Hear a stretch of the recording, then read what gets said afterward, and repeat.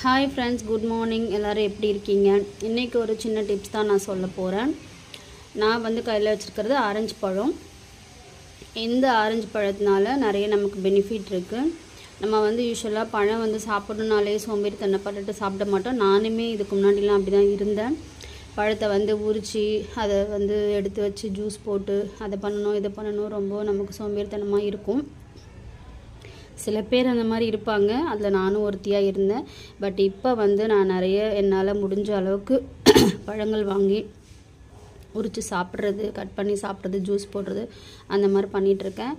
அதில் முக்கியமானது ஆரஞ்சு பழம். இந்த பழம் நம்ம எவ்வளோக்கு எவ்வளோ சாப்பிட்றோமோ அவ்வளோக்கு எவ்வளோ உடம்புக்கு நல்லது.